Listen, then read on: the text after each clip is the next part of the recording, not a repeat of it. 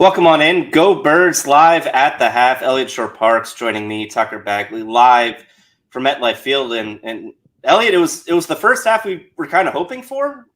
Really, all season, Jalen Hurts played a clean game. The offense, they had some struggles. It wasn't perfect at times, but the running game really got going. Saquon Barkley looked like the guy we thought, he could be in a revenge game. And the Eagles lead 14-3 at the half. Really a productive second quarter from them. What's your biggest takeaway, from the first half of the game against the Giants today?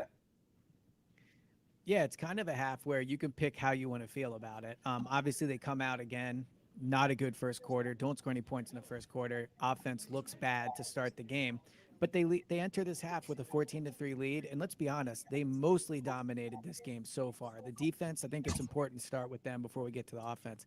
Yes, the Giants have a bad offensive line. The Giants are missing their best offensive tackle, but we haven't seen an Eagles defensive line dominate like that since probably 2022. I mean, maybe against the Saints earlier this year, but that was more one player. This is the entire unit. They have 5 sacks, 5 different players. The Giants haven't been able to get anything going on offense. I know they get those 3 points at the end of the half, but outside of that, it looks like the Giants have had no shot of scoring. I mean, you could argue 14 points is already enough to win this game. Obviously, I know Eagles fans are going to want to see more. You're going to want to see them win by more than this 14-3 margin. But the defense has been dominating so far. I think it's definitely worth pointing out. And then you bring up the offense in the second quarter.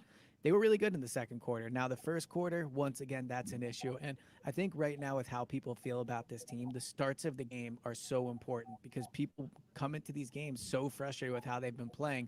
And the beginning of that was not good. I think they had 13 yards on their first 7 plays. Obviously, no points once again in the first quarter. But then in the second quarter, things got going. And, for the most part, I think you go into the third quarter feeling really good about where this game is at. Yeah, you mentioned the slow start for the offense. They had 3 possessions in the first half. They totaled 30 yards on those 3 possessions.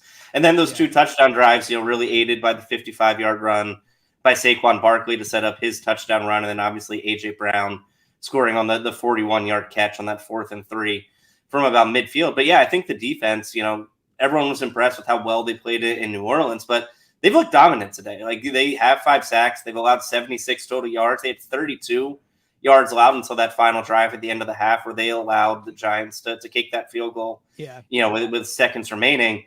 What Vic Fangio and what that defense has done, and especially the defensive line, because you mentioned Nakobe Dean has a sack, Nolan Smith has a sack, Bryce Huff, sound the alarms, Bryce Huff has a Hands sack. in the ground. Hands in the What ground. everyone has done, I mean, 4-point stance, right? Like Bryce, Yeah, 4-point stance it's all up. it's all it takes.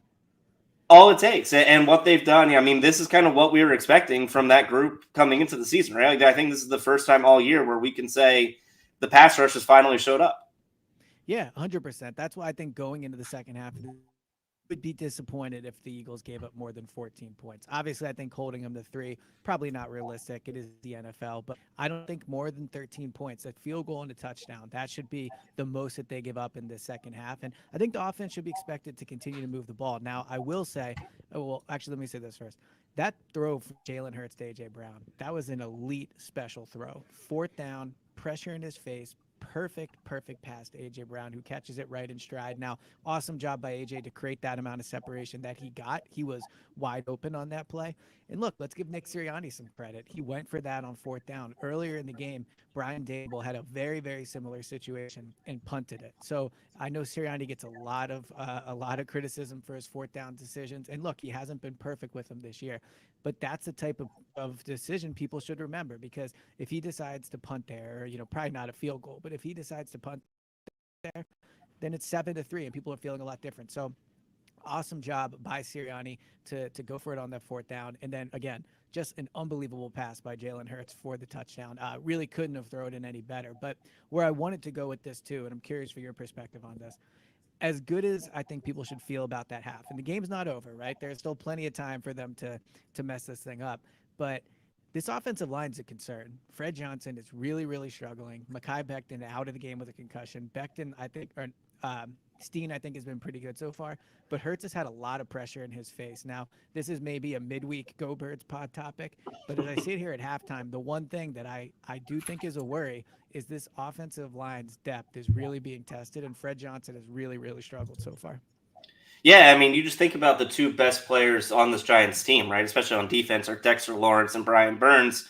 They're Yep. not going against backup players, right? Like Fred Johnson and Brian Burns. Fred Johnson struggled against Burns on one of the first quarter possessions, gave up a sack and a batted pass, and obviously Dexter Lawrence versus Tyler Steen is a mismatch too. And yeah, I mean the Eagles' offense has really struggled, and Jalen Hurts especially has struggled with pressure, right? Like those drives where they didn't score, that's kind of been the issue for them. And I think you look at just how the offense has run so far. We mentioned Saquon Barkley had that long run that led to the touchdown. Obviously, AJ Brown had his 41-yard touchdown.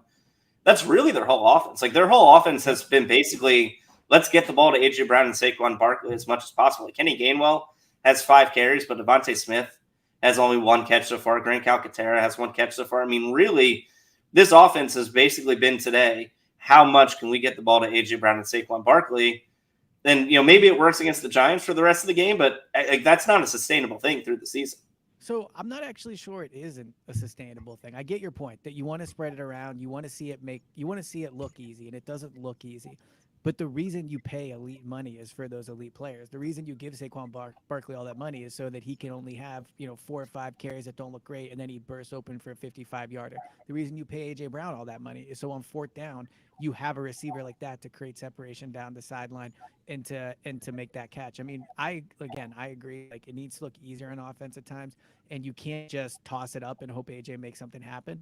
But let's be honest, tossing it up and hoping AJ makes something happen has been incredibly effective for the Eagles so far this season, both really in the intermediate game too. I thought early on the only thing that they had going for him was that AJ was consistently winning against his guy, and they were able to get 10, 11 yards at a time. I'm surprised they didn't go to that more often, to be completely honest. I think part of it is the offensive line's been struggling, so it's hard for Jalen to really get in the pocket and get comfortable. But I think what we're seeing in this first half is kind of what the 2024 Eagles are right now. They are not a team that is a well-oiled machine. They're not a team that is playing at the top tier of what they can be. But what they are is a team that just has more talent than a lot of teams that they're going to go up against. I don't think they've looked considerably better than the Giants. It's not like they're running all these plays that look awesome. Like it's kind of the same thing. The Giants are having protection problems. The Eagles are having protection problems. The difference is the Eagles have AJ Brown and Saquon Barkley, and the Giants, as the fans here have certainly let him know, they don't have him anymore. So yeah, that's why you pay for elite talent. Like I can't kill them for only scoring because of big special plays. Like that's why you pay money for big special players. Yeah, I mean that's obviously what the offense is based around. Just looking at the pressure numbers for Jalen Hurts, he's been pressured on 7 of his 15 dropbacks today, but he's 2 for 2 when he's been able to get rid of the ball. One of those he's been good against passes this year. Obviously the touchdown to AJ Brown. So he hasn't been terrible. You brought up the decision to go for it on 4th and 3, and I think it's commendable for Nick Sirianni to go for it there. It certainly shows the aggressiveness that he hasn't really lost that as pressure has mounted. But comparing that to what Brian Dable did, where they punted and even kicking the field goal at the end of the half, and they still had 9 seconds, like they had a chance on 3rd and 14 to just throw in the end zone. Like the trust level that Nick Sirianni has, even as we question his relationship with Jalen Hurts, the trust level that this coaching staff has with Jalen Hurts and AJ Brown and this offense to make a play in a situation like that in 4th and 3 compared to where the Giants are with their quarterback. Like I think that's a huge difference, and it's part of the reason why the Eagles are up 11 points right now. Yeah. Now let me ask you this before we hop off here.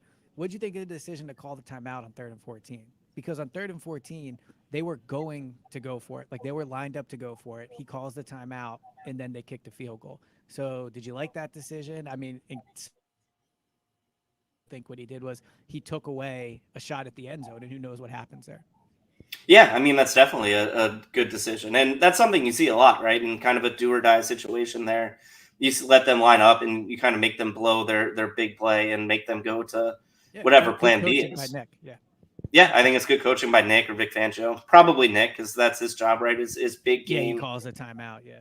Big moments it was there. A good play, so we know that it wasn't him, but yeah. Yeah, exactly. And like that Saquon Barkley Wildcat, like Nick Sirianni's going to admit that was his idea, right? 100%. Yeah. When he gets asked about that after the game, 100%. It's 100% his idea to do that. So that'll wrap it up for me and Elliot. Elliot will be back with James Seltzer after the game to break down everything that happened in the second half. Eagles lead the Giants 14-3 at the half. Hopefully we get another big half from the defense. Hopefully it's maybe an easy win. They don't come around by 10+ points. Yeah, just for the first time in a calendar year. That'd be really nice. It'd be a nice, easy win, nice, easy post game pod. So come back to our YouTube channel after the game is over for Eliot and James recap. He's Eliot. I'm Tucker. Thanks for hanging out with us during the half, and we'll talk to you again next week.